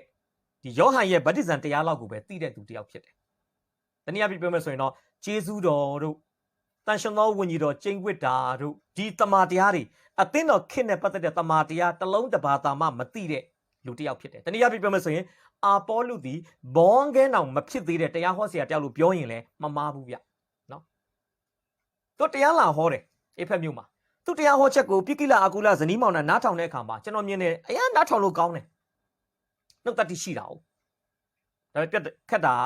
တရားဟောတာတော့အရင်ကောင်းတယ်နော်တင်ဆက်တဲ့ပုံစံတွေဥပမာပေးတာတွေရည်စရာပြောတာတွေကျွန်တော်ထင်တယ်အရင်နားထောင်လို့ကောင်းတယ်ပြဿနာကပြောနေတဲ့အရာတွေကပြည့်စုံခြင်းမရှိဘူးနော်ရောက်နေတဲ့အသင်းတော်ခစ်နဲ့သူဟောနေတဲ့တမန်တရားကတခြားစီသူတမန်တရားကလိုအပ်ချက်တွေရှိနေတယ်သူပြောနေတဲ့အရာတွေကအားကြောင့်ပိကလအာကုလဇနီးမောင်နှံကဘာလုပ်လဲအပိုင်ငယ်26ဖတ်ပေးပါထိုသူသည်တရားစရက်၌ရဲရင်စွာဟောပြောစပြုသည်ဖြင့်အာကုလနှင့်ပိကိလတို့သည်သူ၏စကားကိုကြားသောအခါသူကိုယူ၍ဖျားသခင်၏ဘာသာတရားကိုတာ၍သေချာစွာသင်ကြားကြ၏ဖျားရှင်နာမသားရဲ့ဘုန်းကြီးပါစေဝမ်းသာစရာဘလောက်ကောင်းလဲသူဝင်ငါတာတွေကိုကြားတဲ့အခါမှာပိကိလအာကုလဇနီးမောင်နှံကဒီတရားဟောဆရာတော့မဟုတ်ဘူးနော်ဒီတရားဟောဆရာကယောဟန်ရဲ့ဗတ္တိဇံလောက်ပဲသိတယ်တမာတရားသိဖို့အများကြီးလိုအပ်ပါသေးလားဆိုတာသိတဲ့အတွက်ကြောင့်ကျမ်းစာမှာတော့သူ့ကိုယူ၍ဖြစ်နိုင်တာတော့အိမ်ကိုအလဲခေါ်မယ်နော်ခင်မင်းအောင်ရင်းနှီးအောင်လုပ်မယ်ပြီးအိမ်မှာဧည့်သည်ဝတ်ပြုမယ်ထမင်းတွေပါတွေကျွေးမယ်အိမ်မှာလာပြီးခိတ္တနားခိုခိုင်းမယ်ပြီးတော့သူတို့ဘာလုပ်လဲကျမ်းစာသင်ပေးတယ်ကျမ်းစာသင်ပေးတယ်ကျွန်တော်ပြောချင်တာပါလေပိကိလအာကုလဇနီးမောင်နှံသည်ကြားတဲ့နှုတ်ကပတ်တော်ကိုဒီတိုင်းမခံယူဘူးနော်မှန်လားမမှန်လားဂဂနနာပိုင်းခြားပြီးမှသူတို့ကခံယူတာဖြစ်ပါတယ်အပြောကောင်းတိုင်းတမာတဲနဲ့ညီတယ်လို့သူတို့မသတ်မှတ်ဘူးနော်နောက်ပြီးတော့မှကျမ်းအကြောင်းစင်တိုင်းတမာတဲနဲ့ညီတယ်လို့သူတို့မသတ်မှတ်ဘူးဆိုလိုချင်တာပါလေသူတို့ဒီဝေငှတဲ့တရားဟောဆရာရဲ့ဥပဒေရုပ်တို့ဝေငှတဲ့တရားဟောဆရာရဲ့ရထားတဲ့ဘွဲ့ဒီဂရီတွေဝေငှတဲ့တရားဟောဆရာရဲ့အသက်အရွယ်တွေဂိုင်းကနတွေဒါတွေမကြည့်ဘူးအဓိကကြည့်တာပါလေဝေငှသောတရားဟောဆရာဝေငှနေသောအကြောင်းအရာများသည်တမာကျမ်းစာနဲ့ကိုက်ညီဤလောမကိုက်ညီဤလောဆိုတာကိုပိကိလအာကုလဇနီးမောင်နှံကကြည့်တာဖြစ်ပါတယ်ဒီနေ့ချက်တော်မိတ်ဆွေကျွန်တော်အသက်ရှင်နေ21ရာစုခေတ်မှာကျွန်တော်လေလိုင်းကကြားရတဲ့တရားဒေသနာတွေဟာကျွန်တော်တို့အထူးသဖြင့်စမ်းစစ်ဖို့လိုအပ်တယ်ဆိုတာကျွန်တော်ဒီနေ့ဖော်ပြပေးခြင်းပါတယ်ဒီနေ့မှားယွင်းသောသွန်သင်ချက်မှားယွင်းသောဩဝါဒတွေကိုဝေငှတဲ့အခါမှာတချို့ကမသိတဲ့အတွက်ကြောင့်အာမင်ထူးတယ်ကိုယ့်ရဲ့ wall ထဲမှာပြန် share တယ်ကိုမိတ်ဆွေတွေကို messenger ကနေအဲ့ဒါကိုပြန်ပြီးတော့မှပို့ပေးတယ်ဒါတကယ်တော့ဝမ်းနည်းစရာကောင်းတဲ့ကိစ္စရပ်တွေဖြစ်ပါတယ်ဒါကျွန်တော်ဒီနေ့ပြောမယ်နှုတ်ကပတ်တော်ဒီဥသောစီမီကိုရှိသင့်ရှိအပ်တဲ့စီမီခုံပေါ်မှာတင်ဖို့လိုတယ်လို့ထိုနှုတ်ကပတ်တော်ကိုကျွန်တော်နေ့စဉ်ခံယူမယ်ဆိုရင်လဲကျွန်တော်အသက်တာတွေကိုထဲ့မဲ့နှုတ်ကပတ်တော်ဟာစစ်မှန်တဲ့နှုတ်ကပတ်တော်ဟုတ်မဟုတ်ကျမ်းစာနဲ့ညီညွတ်တဲ့အရာဟုတ်မဟုတ်ကျွန်တော်တို့ကအသက်တာမှာစမ်းစစ်ဖို့လိုတယ်ဆိုတာကိုကျွန်တော်ဖော်ပြပေးခြင်းပါတယ်ကဲတစ်ချက်လောက်ကျွန်တော်ကြည့်စေချင်တယ်တမန်တော်ဆက်ခွန်အပိုင်ငယ်7တမန်တော်ဆက်ခွန်အပိုင်ငယ်7အရန်အရေးကြီးတဲ့ကျမ်းပိုက်ဖြစ်ပါတယ်တမန်တော်ဆက်ခွန်အပိုင်ငယ်7ဖြစ်ပါတယ်ဘေရိမြို့သားတို့သည်တက်သလောနေမြို့သားတို့ထက်ထူးမြတ်သဖြင့်အလွန်ကြည်ညိုသောစေတနာစိတ်နှင့်နှုတ်ကပတ်တရားတော်ကိုခံယူ၍မှန်သည်မမှန်သည်ကိုသိခြင်းငှာကျမ်းစာကိုနေ့တိုင်းအစဉ်စစ်စစ်ကြည့်ရှုကြ၏ယေရှုတင်တယ်2020မှာဒီနေ့နေ့တိုင်းမှာကျွန်တော်တမန်တော်ဝိတ္ထုကိုဝင်ငှတာပဲဖြစ်ဖြစ်เนาะမိတ္တာရတွေမှာကျမ်းစာသင်တာပဲဖြစ်ဖြစ်ကျွန်တော်အချိန်ရင်မြောက်များစွာကျွန်တော်ဖော်ပြခဲ့ပြီကျွန်တော်တင်အခါ20ထဲမကပါဘူးတမန်တော်ဝိတ္ထုကိုကျွန်တော်သင်ပေးခဲ့တယ်အဲ့ဒီထဲမှာတချို့ ဒီ online ကနေကျွန်တော်စမ်းစာတင်တာကိုတနင်္လာကြာတာပတိပုံမှန်ကြည့်ရှုတဲ့သူတွေမှတ်မိပါလိမ့်မယ်ကျွန်တော်ဘာခေါင်းစဉ်နဲ့ကျွန်တော်စမ်းစာတင်ဘူးလဲဘေရိမြို့သားလောတက်တာလောနေမြို့သားလောဆိုတဲ့ခေါင်းစဉ်နဲ့ကျွန်တော်စမ်းစာတင်ပေးခဲ့ဘူးတာဖြစ်ပါတယ်တမန်တော်ရှင်ဘောလူနဲ့သာသနာပြုအဖွဲ့เนาะပထမသူတို့ကအာဖရိကဥရောပတိုက်ကိုရောက်လာတယ်ဖိလိပ္ပိမြို့မှာဧဝံဂေလိဝင်ငှပြီးတော့မှဖိလိပ္ပိမြို့မှာသူတို့ဘာလုပ်လဲအသင်းတော်တီထောင်တယ်ပြီးတော့သူတို့ဘယ်မြို့ကိုဆက်ထွက်ခွာလာလဲတက်တာလောနေမြို့မှာဥပုပ်သုံးပတ်နေပြီးတော့မှတရားဟောတယ်နောက်ပိုင်းတက်တာလောနေမြို့ကနေမောင်းထုတ်ခံရတယ်ဘယ်ရောက်သွားလဲဘေရီမြို့ကိုရောက်သွားတယ်ဘေရီမြို့ရောက်တဲ့အခါမှာဒီတိုင်းမဖြစ်ဘူးဗျတက်တာလောနေမြို့သားတွေကလူလွတ်ပြီးတော့မှဘေရီမြို့မှာရောက်ပြီးတော့မှသာသနာပြုနေတဲ့ဧဝံဂေလိဝင်ငှနေတဲ့တမန်တော်ရှင်ပေါလုကိုတိုက်ခိုက်တယ်ပေါလုဆိုတာတမန်တော်အတုတမန်တော်အစ်စ်မဟုတ်ဘူးတမန်တော်လို့သူ့ကိုယ်သူခေါင်းစဉ်တက်ထားတဲ့လူပေါလုဝင်ငှနေတာအားလုံးကကျမ်းစာနဲ့တလုံးမှမကိုက်ဘူးပေါလုပြောနေတာအားလုံးကအလိန်အညာတွေကြီးပဲမူတာတွေကြီးပဲစသည်ဖြစ်သူတို့ကတိုက်ခိုက်ပါအဲ့ကမှာဘေရီမြို့သားတွေအနေနဲ့ကတမန်တော်ရှင်ပေါလုပြောတာကိုလည်းသူတို့နားထောင်နေသလိုတစ်ဖက်ကလူတွေကပေါလုနဲ့ပတ်သက်ပြီးပုံကိုယ်ရေးအရာတိုက်ခိုက်တာတွေမှားယွင်းတယ်လို့ပြောတာလေသူတို့ကြားပါလိမ့်မယ်အဲ့ကမှာသူတို့ကဘာနဲ့ဆုံးဖြတ်လဲကျမ်းစာနဲ့ဆုံးဖြတ်တယ်တမန်တော်ရှင်ပေါလုတရားဟောရင်သူတို့ကကျမ်းစာဖွင့်တယ်ပေါလုပြောသောအရာများကျမ်းစာထဲမှာပါမပါသူတို့ချိန်ချိုးတယ်စစ်ဆေးတယ်ပါတယ်ဆိုရင်သူတို့အာမင်ထူးတယ်စသည်ဖြစ်ပါတော့သူတို့အဲ့လိုခံယူတဲ့အတွက်ကြောင့်နောက်ဆုံးဘာဖြစ်သွားလဲဘေရီမြို့သားတွေဒီတမန်တရားလမ်းကနေမလွဲချော်ဘဲနဲ့တမန်တော်ရှင်ပေါလုတမန်တရားနဲ့အညီသွန်သင်တာတွေကိုခံယူရင်းနဲ့သူတို့ဝိညာဉ်ပိုင်းဆိုင်ရာမှာကြီးမားတဲ့ကောင်းကြီးမင်္ဂလာဖြစ်တယ်ဆိုတာကျမ်းစာမှာကျွန်တော်တို့တွေ့ရမှာဖြစ်ပါတယ်ဒါကြောင့်ကျွန်တော်တို့ဒီ21ရာစုရဲ့ဓမ္မသစ်ခေတ်သစ်ဘေရီမြို့သားတွေဖြစ်ဖို့အမတန်မှအရေးကြီးပါတယ်ဘေရီမြို့သားများကဲ့သို့အဘယ်ကဲ့သို့ကြားနာရသည်ကိုတတိပြုရမယ့်အချိန်ရောက်နေပြီဖြစ်ပါတယ်နာရှိတော်သူတွေကကြားပါစေတင်တို့သည်အဘယ်ကဲ့သို့ကြားနာရသည်ကိုတတိပြုကြလောဘေရီမြို့သားတွေတတိပြုခဲ့တယ်တမန်တော်ဆက်ခွန်မှာပြကိလအာကုလဇနီးမောင်နှံတတိပြုခဲ့တယ်ဒီနေ့ကျွန်တော်တို့တတိပြုရမယ့်အချိန်ဖြစ်ပါတယ်အဲကြောင့်တရားဟောဆရာတယောက်နာမည်ကြီးတိုင်းသူဟောသမျှမှန်တယ်လို့ပြောလို့မရပါတရားဟောဆရာတယောက်ထင်ပေါ်ကြော်ကြားတိုင်းသူ့ဝင်ငှချက်တရားဟောချက်အပုတ်100မှာ100လုံးမှန်ကန်တယ်လို့ပြောလို့မရပါကျွန်တော်ဘာလုပ်ဖို့လို့လဲဘယ်ဆရာပဲတရားဟောကျွန်တော်ကိုယ်တိုင်မှစ၍ဘယ်ဓမ္မဆရာပဲတရားဟောမိတ်ဆွေဘက်ကလောက်ရမယ့်တာဝန်ကအဘယ်ကဲ့သို့ကြားနာရသည်ကိုတတိပြုပါဆိုတဲ့အရာမိတ်ဆွေနဲ့ကျွန်တော်မဖြစ်မနေလောက်ရမယ့်အရာဖြစ်ပါတယ်ဒါကြောင့်စီမီဒီဟူသောနှုတ်ကပတ်တော်ကိုစီမီခုံဒီဟူသောရှိသင့်ရှိရတဲ့နေရာမှာထားဖို့လိုတယ်လို့နှုတ်ကပတ်တော်ကိုကျွန်တော်ခံယူတဲ့မှန်ကန်စွာပိုင်းခြားပြီးခံယူဖို့အရေးကြီးတယ်ဆိုတာကျွန်တော်ဒီနေ့ဖော်ပြပေးခြင်းပါတယ်ကျမ်းစာလေးတစ်ချက်လောက်ကျွန်တော်ပေးခြင်းပါတယ်တိမောသေဩဝါဒစာတစ်ချက်လောက်ကျွန်တော်ကြည့်ရအောင်နော်တိမောသေဩဝါဒစာဒုတိယဆောင်အခန်းကြီး2အပိုက်ငယ်15ဖြစ်ပါတယ်နှစ်တိအခန်းကြီး2အပိုက်ငယ်15ကိုကျွန်တော်ဖတ်စေချင်ပါတယ်သင်မူကားဝန်ခံတော်မူသောသူရှက်ကြောက်เสียအကြောင်းမရှိဘဲတမန်တရားကိုမှန်ကန်စွာပိုင်းခြားတတ်သောဆရာသမားဖြစ်လျက်ဖျားသခင်ရှေ့၌ကိုဆက်တခြင်းငှာကြိုးစားအားထုတ်လောဒီမှာလဲတမန်တော်ရှင်ပေါလုကသူ့ရဲ့ဝိညာဉ်ပိုင်းဆိုင်ရာသားတစ်ယောက်ဖြစ်တဲ့တိမောသေကိုစာရေးတဲ့အခါမှာဗာပြောလဲ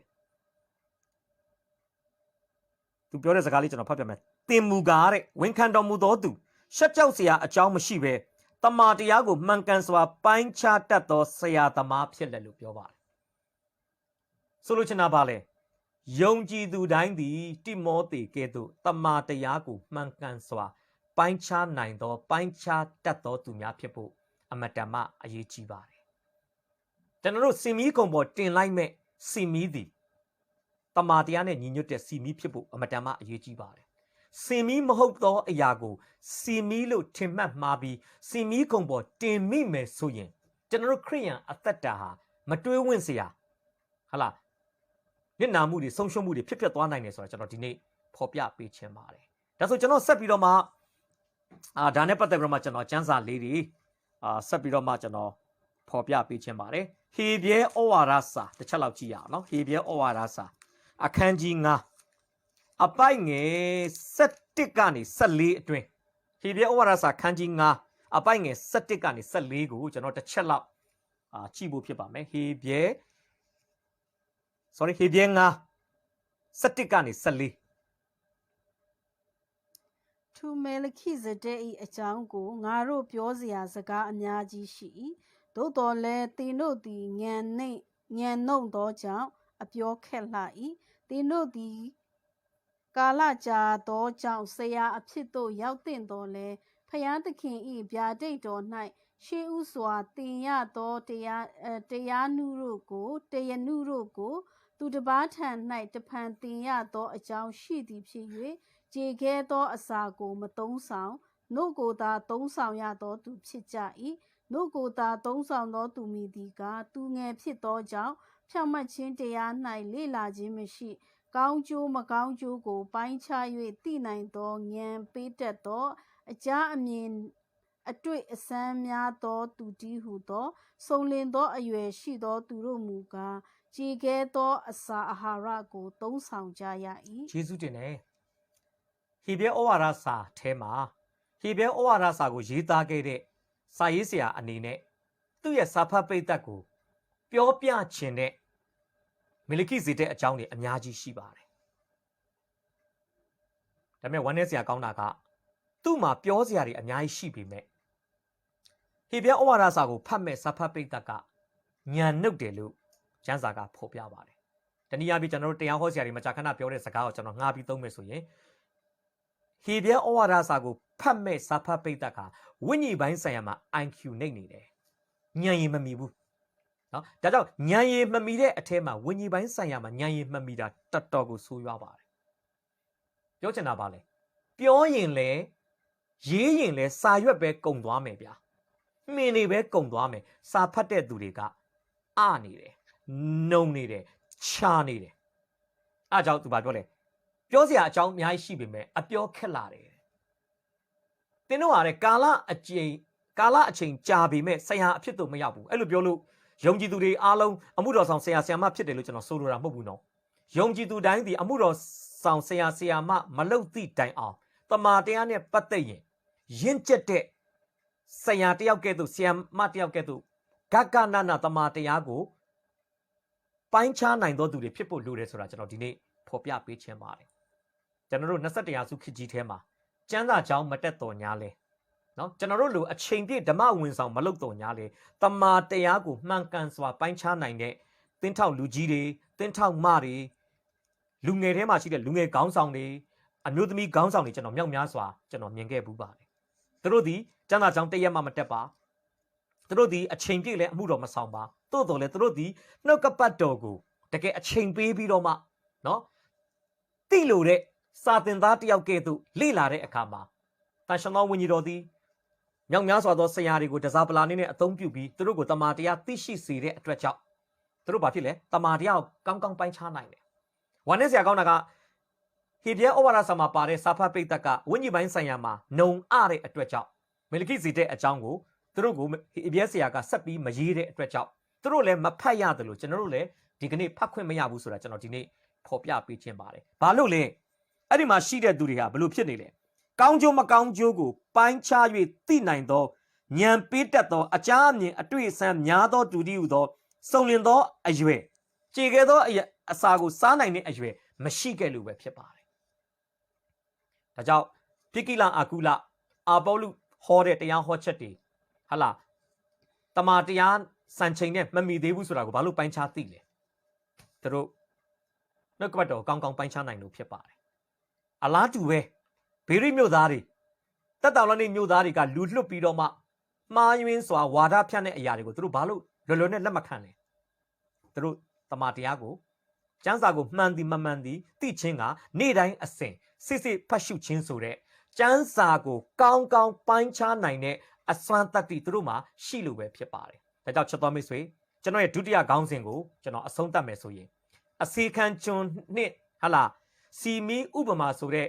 ခေါင်းစဉ်ကြီးအောက်မှာဒုတိယခေါင်းစဉ်အနေနဲ့ကျွန်တော်ဖော်ပြပေးခြင်းတဲ့တမာတရားကတော့နှုတ်ကပတ်တော်ကိုမှန်ကန်စွာပိုင်းခြားခံယူပါနှုတ်ကပတ်တော်ခံယူပါလို့ကျွန်တော်မပြောဘူးနော် မှန်ကန်စွာပိုင်းခြားပြီးမှခံယူပါမှန်ကန်စွာပိုင်းခြားခြင်းမရှိဘဲနဲ့ခံယူတယ်ဆိုရင်အတ္တတာတဲ့ကိုကျွန်တော်တစ်ခါတည်းအစိတ်တွေကိုကျွန်တော်တို့လောင်းထည့်မိတဲ့ကဲ့သို့ဖြစ်သွားနိုင်တယ်ဆိုတော့ကျွန်တော်ဒီနေ့ဖော်ပြပေးခြင်းပါတယ်ဒါကြောင့်ကျွန်တော်တို့ဒီပြကိလအာကုလဇနီးမောင်နှံကဲ့သို့တမာတရားကိုတည်တည်ချာချာဂဂနနပိုင်းခြားကြရအောင်ဘေရိမြို့သားများကဲ့သို့တမာတရားကိုစစ်စစ်ပေါက်ပေါက်ပိုင်းခြားကြရအောင်ဟိဒေစာဖတ်ပိတ်တက်ကဲ့သို့တမာတရား၌နှုံအသောသူများညံနှုတ်သောသူများအာနေသောသူများကြည်ကဲသောအစာဆိုတဲ့အသားကိုမစားနိုင်ပဲအမြဲတမ်းနိုးတောက်တဲ့နုနေတဲ့တရနုကိုပဲနှစ်သက်ခုံမင်းနဲ့ဟလာခရိယန်အတ္တတာအဖြစ်ဆိုးကနေကျွန်တော်တို့လွတ်မြောက်ကြပါစို့လို့ကျွန်တော်ဖော်ပြပေးခြင်းပါတယ်ကဲတတိယနဲ့နောက်ဆုံးတစ်ချက်ကိုကျွန်တော်သွားဖို့ဖြစ်ပါမယ်တတိယခေါင်းစဉ်ကိုတော့ကျွန်တော်ဘယ်လိုပေးထားလဲဆိုရင်ခံယူထားသောနှုတ်ကပတ်တော်ကိုပြန်လဲဝေငှပါဘုရားရှင်နာမတာရေးပုံကြည့်ပါစေပထမတစ်ချက်ကတော့နှုတ်ကပတ်တော်ကိုရှိရမည့်နေရာတွင်ထားပါဒုတိယတစ်ချက်ကတော့နှုတ်ကပတ်တော်ကိုမှန်ကန်စွာပိုင်းခြားခံယူပါတတိယနဲ့နောက်ဆုံးခံယူထားသောနှုတ်ကပတ်တော်ကိုပြန်လဲဝေငှပါအဲ့ဒါကတော့ရှင်မာကုခရစ်ဝင်ကျမ်းခန်းကြီး၄အပိုက်ငယ်24ရဲ့ခခွေးပိုင်းကနေအပိုက်ငယ်25အဆုံးထိဖြစ်ပါတယ်ကျေးဇူးပြုပြီးတော့မှအဲ့ကျမ်းပိုက်ကိုကျွန်တော်ဖတ်စေချင်ပါတယ်အကျဉ်ချိန်တင်းပမာဏနှင့်သင်တို့သည်သူတစ်ပါးအားပေး၏ထိုပမာဏအတိုင်းကိုယ်တိုင်ခံရကြမည်အကျဉ်သူသည်ရတတ်၏ထိုသူအားပေးအောင်မည်အကျဉ်သူသည်ဆင်းရဲ၏ထိုသူ၌ရှိသည်မျှကိုပင်နှုတ်လိမ့်မည်ကျေးဇူးတင်တယ်ဒီမှာစီမီဥပမာကိုအရှင်ရှုပြောနေရင်းနဲ့နောက်ဆုံးအနေနဲ့အရှင်ရှုပြောသွားတဲ့အချက်ကတော့မင်းတို့သူများကိုပေးတဲ့ဟာကျမ်းစာမှာတော့ဘယ်လိုပြောလဲမင်းတို့သူများကိုပေးတဲ့အကျဉ်ချိန်တင်းပမာဏအတိုင်းမင်းတို့ပြန်ခံရမယ်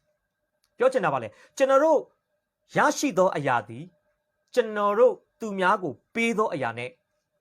ဓာတ်ရိုက်အချိုးကျတယ်တနည်းအားဖြင့်ပြောချင်တာပါလေကျွန်တော်တို့သူများကိုနှုတ်ကပတ်တော်ဘယ်လောက်ပေးလဲ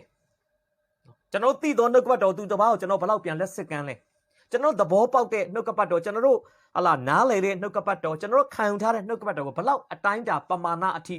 သူတစ်ပါးကိုကျွန်တော်တို့ပြန်ပေးလဲအဲ့ဒီပေးတဲ့အတိုင်းကျွန်တော်တို့ပြန်ရမယ်လို့အရှင်ရှုကဒီမှာဖော်ပြနေတာဖြစ်ပါတယ်ရတတ်တယ်တဲ့ပေးမယ်တဲ့ဆင်းရဲတယ်တဲ့ရှိသမျှကိုနှုတ်လိုက်မယ်အစာအိတ်ကျမ်းစာကိုဖတ်တဲ့အခါမှာကျွန်တော်နားမလည်ဘူးဘာလို့လဲရှိတဲ့လူကိုတော့ထပ်ပေးတယ်မရှိဆင်းရဲဖြစ်တဲ့လူကိုကြတော့ရှိတာတော့နှုတ်မယ်ဆိုတာဘာကိုပြောတာလဲကိုတော့နောက်ပိုင်းမှာဘုရားသခင်ကကျွန်တော်ကိုနားလည်တော့ဘောပေါက်ခွင့်ပေးတယ်ရတတ်တယ်ပေးအောင်မယ်ဆိုတဲ့အဓိပ္ပာယ်ကပါလဲကျွန်တော်ဘုရားသခင်ကနှုတ်ကပတ်တော်ဟလာနှုတ်ကပတ်တော်နဲ့ပတ်သက်တဲ့အကြောင်းအရာ10ခုသိခိုင်းနေဆိုပါစို့အဲ့ဒီ10ခုကိုကျွန်တော်ကဆရာစားမချံပဲနဲ့ယုံကြည်သူညီကိုမောင်နှမတွေကို10ခုလုံးပြန်ပြီးဝေငှလိုက်တယ်ဆိုပါစို့ကျွန်တော်မှခံယူထားတာ10ခုခံယူထားတော့10ခုကို10ခုလုံးသူများကိုကျွန်တော်ပြန်ပြီးလက်ဆင့်ကမ်းဝေငှလိုက်တယ်အဲ့ကမှာဘုရားသခင်ကကျွန်တော်စီမှာရှိသော10ခုကိုသူများကိုအကုန်ပေးလိုက်တဲ့အတွက်ကြောင့်လွတ်သွားတဲ့10ခုနေရာမှာဘုရားသခင်ကနောက်ထပ်အသစ်10ခုကိုထပ်ဖြည့်ပေးတာဖြစ်ပါတယ်အဲ့လိုထပ်ဖြည့်ပေးတဲ့အတွက်ကြောင့်သူများကိုပေးလိုက်သော10ခုသည်သူများကိုကျွန်တော်လက်ဆင့်ကမ်းဝေငှလိုက်တော့လေကျွန်တော်အသက်တာထဲမှာမေ့လျော့ခြင်းမရှိဘဲနဲ့အမြင့်တွယ်နေတယ်လို့နောက်ထပ်အသစ်10ခုထပ်ရတဲ့အတွက်ကြောင့်ကျွန်တော်မှာတမာတရားနဲ့ပတ်သက်ပြီးနှုတ်ကပတ်တော်နဲ့ပတ်သက်ပြီးတော့မှသိရှိတဲ့အရာကအခု20ရှိသွားတာဖြစ်တယ်ရတယ်သူများကိုပေးတဲ့အတွက်ကြောင့်ထပ်ရတယ်တခါတည်းရှိတတ်တယ်ကျွန်တော်လည်းဖြစ်ဘူးတယ်ကျမ်းစာလေ့လာတယ်ကျမ်းစာလေ့လာတယ်ကျမ်းစာလေ့လာတယ်ဘုရားအလင်းပေးတယ်အလင်းပေးတယ်အလင်းပေးတယ်ကျွန်တော်နားလည်နေပြီတော်ကျမ်းစာကိုနားလည်တယ်အဲ့နဲ့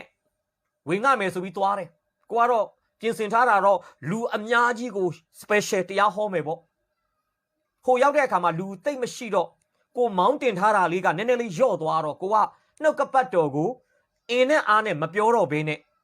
နှုတ်ကပတ်တော်ကိုနည်းနည်းလေးရှော့လိုက်တာပေါ့ဗျာเนาะအချက်လက်လေးနည်းနည်းရှော့ပြီးကျွန်တော်ပြောလိုက်တယ်ဆိုပါစို့အကျိုးရလဘာခံအကျိုးတုတ်ပြန်မှုအနေနဲ့ကျွန်တော်ဘာခံစားရလဲအဲ့လိုမျိုးနှုတ်ကပတ်တော်ကိုစိတ်အားထက်သန်စွာအပြည့်အဝမပြောဘဲနဲ့နှုတ်ကပတ်တော်ကို ရှော့ပြီးတော့ပြောလိုက်တဲ့အခါတိုင်းမှာ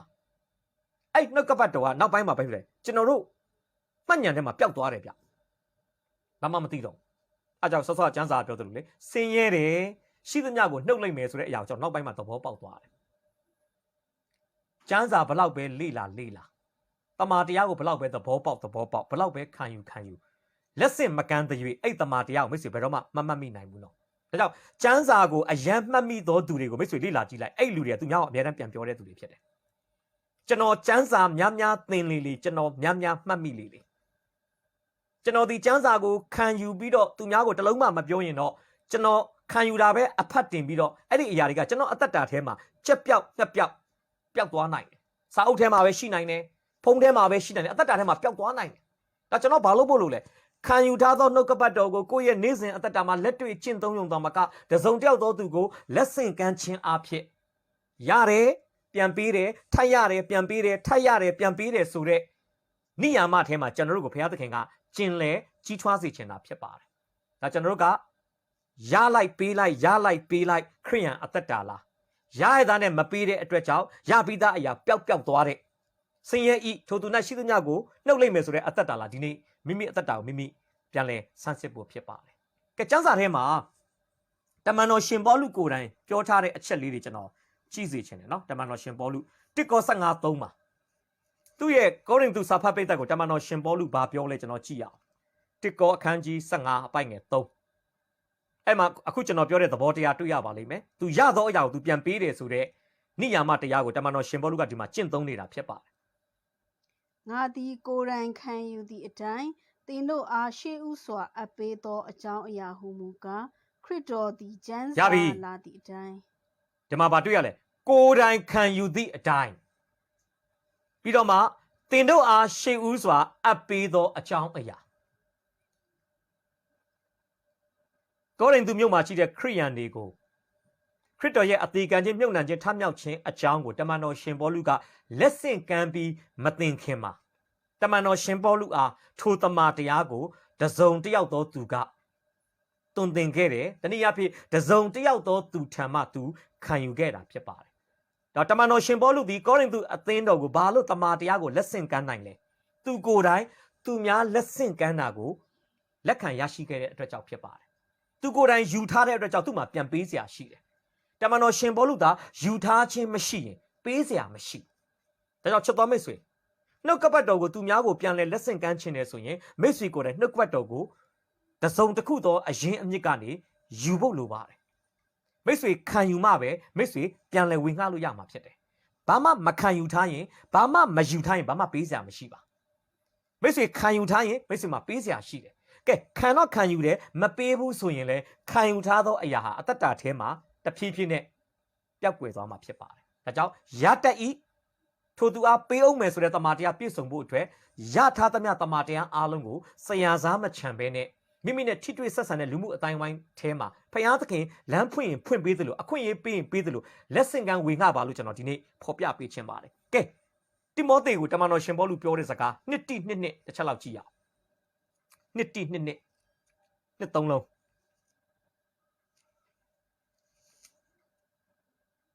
သက်သေခံအများရှိသည်နှင့်ငါထံ၌ကြားရပြီးသောအရာတို့ကိုသစ္စာနှင့်ပြည့်စုံ၍သူတစ်ပါးတို့ကိုတွင်တင်ခြင်းငှာတက်ဆွမ်းနိုင်သောသူတို့၌အပ်ပေးလော့ယေရှုတင်တဲ့အမှမျိုးဆက်၄ဆက်မိတ်ဆွေတွေ့ရမှာဖြစ်ပါတယ်เนาะကျွန်တော်တို့ဝိညာဉ်ပိုင်းဆိုင်ရာ generation ၄ဆက်ပေါ့ပထမမျိုးဆက်ကတော့တမန်တော်ရှင်ပေါလုဖြစ်ပါတယ်เนาะသူဒီမှာဗာပြောလဲတသက်ခံအများရှိသည်နှင့်ငါထံ၌ကြားရသောအရာတို့ကိုငါထံလို့ပြောတဲ့အတွက်ကြောင့်နံပါတ်1မျိုးဆက်ကရှင်ပေါလုဖြစ်ပါတယ်ရှင်ပေါလုကဘု து ကိုပေးလဲ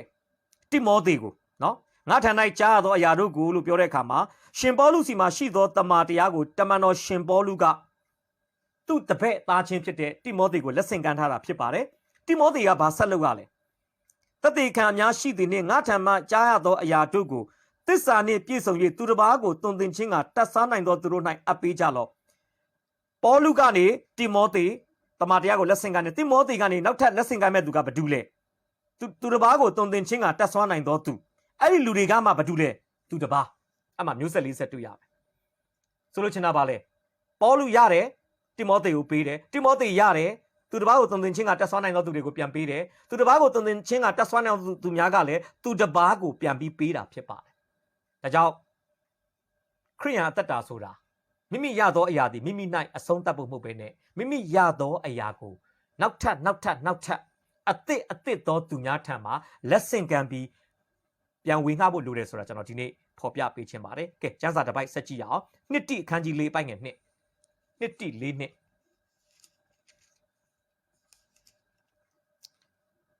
နှုတ်ကပတ်တရားတော်ကိုဟောပြောလော့အချိန်ရှိသည်ဖြစ်စေမရှိသည်ဖြစ်စေကြိုးစားအားထုတ်ဟုတ်ပြီနှုတ်ကပတ်တရားကိုဟောပြောပါတဲ့အချိန်ရှိမရှိကြိုးစားအားထုတ်ပါလို့ရှင်ပေါလုကတိမောသေကိုတိုက်တွန်းတာဖြစ်ပါတယ်ဒါကျွန်တော်ဘာလို့လဲကိုယ်တိုင်နှုတ်ကပတ်တော်ခံယူပြီးဟေ့ဆိုရင်မိမိခံယူထားသောနှုတ်ကပတ်တော်ကိုသူများကိုပြန်ပေးဖို့လိုပါတယ်ကိုခံယူထားတဲ့တင်းတောင်းအချိန်ပမာဏအတိုင်းသူများကိုပြန်ပေးဖို့လိုတယ်ဆိုတာကျွန်တော်ဖော်ပြပေးခြင်းပါတယ်ကဲတမန်တော်18-26ပြကိလအာကုလဇနီးမောင်နှံသည်လည်းသူတို့ခံယူထားသောတမန်တရားရှင်ပေါလုစီကသူတို့ခံယူထားတဲ့တမန်တရားကိုအာပေါလုကိုပြန်ပြီးလက်ဆင့်ကမ်းတယ်ဆိုတော့ကျွန်တော်တွေ့ရမှာဖြစ်ပါတယ်တမန်တော်18-26ထိုသူသည်တရားစရပ်၌ရဲရင်စွာဟောပြောစာပြုသည်ဖြင့်အာကုလနှင့်ပြကိလတို့သည်သူ၏စကားကိုကြားသောအခါ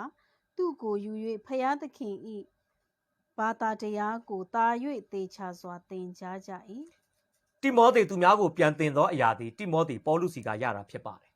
ပြကိလအာကုလအာပေါလုကိုသင်ပေးသောအရာသည်ပြကိလအာကုလရှင်ပေါလုစီကရထားတဲ့အရာခံယူထားတဲ့အရာဖြစ်ပါတယ်ကဲတိ43ကြည့်အောင်တိမောသေဩဝါဒစာပထမဆောင်အခန်းကြီး4အပိုင်ငယ်73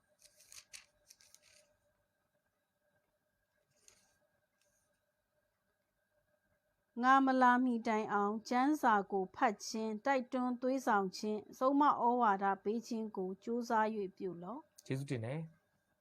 ဒီမှာလဲတမန်တော်ရှင်ပေါလုကတိမောသေကိုပြောတဲ့အခါမှာနှုတ်ကပတ်တော်ကိုဟာလားဒီတမန်တော်ရှင်ပေါလုသူ့စီမှာမရောက်မလာမချင်းဘာလို့လဲဆိုဝေငှကြားပြောနေဖို့တိုက်တွန်းထားတာကျွန်တော်တို့ဒီမှာတွေ့ရမှာဖြစ်ပါတယ်ဒီအဖြစ်အပျက်တွေအားလုံးကျွန်တော်နှိကုံးချုပ်ပြီးတော့ဒီနေ့ကျွန်တော်တို့လေ့လာနေတဲ့အစေခံကျွန်နှစ်စီမီဥပမာဆိုတဲ့ခေါင်းစဉ်ကိုကျွန်တော်တို့အဆုံးသတ်မယ်ဆိုရင်ဒီနေ့